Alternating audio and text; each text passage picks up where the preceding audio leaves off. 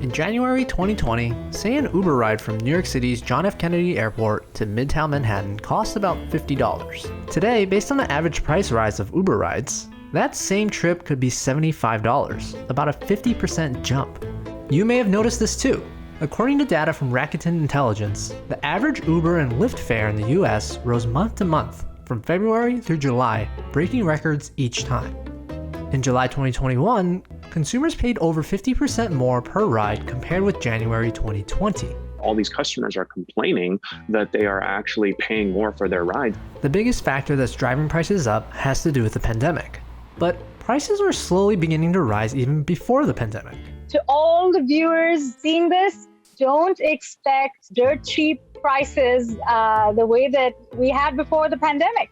Here's why your Uber and Lyft rides are going through the roof, and why they might not ever come all the way back down to where they once were. Ride prices are higher for customers right now, especially during the pandemic, because there is that shortage of drivers and increased demand. Harry Kemple, an Uber and Lyft driver, runs a popular blog called Rideshare Guy. Drivers, like many others, had a huge impact by the pandemic. And I think really what we saw at the start was demand for ride hail really just fell off the cliff. In early 2020, bookings for Uber rides declined 75% as Americans hunkered down for the pandemic. As states have opened back up, the demand for rides has returned faster than the supply of drivers, resulting in price hikes in many cities across the US.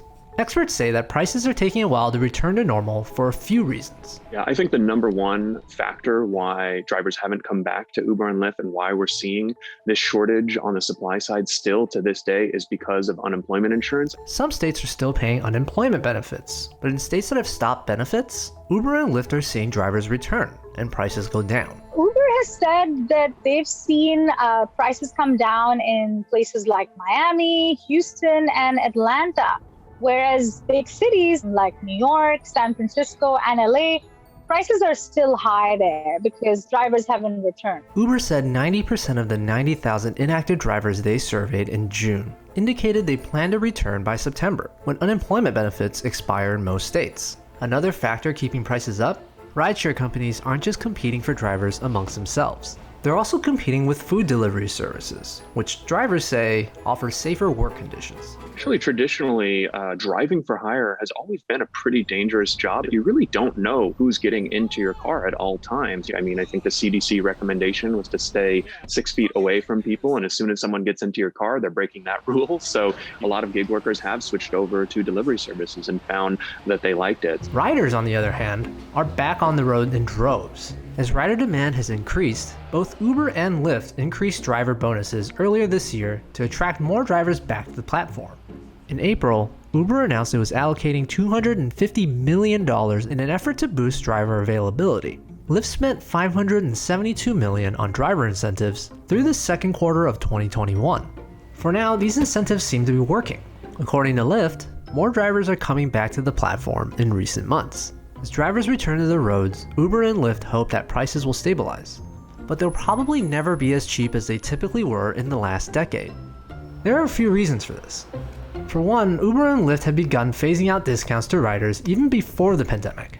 What started happening before the pandemic is that pressure started to build from investors. Investors started saying, you have to have a sustainable model to future profits. Uber and Lyft have been using a subsidy model since the very beginning. And that model is fairly simple. Startups raise venture capital and use those funds to attract customers with deep discounts. These subsidies could come in many forms, from low shipping rates for e-commerce sites to coupons for free food delivery.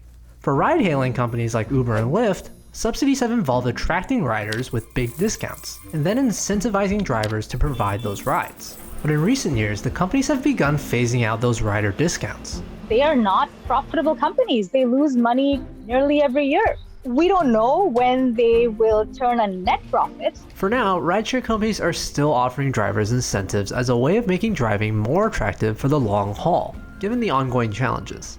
However, Uber said that their driver numbers have increased to a point where they'll be pulling back on driver incentives moving forward. The company's near-term challenge is keeping drivers after that. the bonus pay every single week might be 30% of a driver's pay. So you could imagine that if they completely got rid of these bonuses one day and drivers saw their pay cut by 30%, you'd have a huge exodus of drivers at a time where the companies are already struggling to match supply and match demand. So companies are thinking of new ways to make driving more attractive. One of the things that Uber began doing is that it started offering free online language classes for drivers. The company says, a lot of their drivers are immigrants. English is not their first language. So this could be a tool that they could use to move up the ladder and develop new skills. Also adding to the cost of rides, when regulatory changes like Prop 22 went into effect in late 2020, companies shifted some of the financial burden to customers.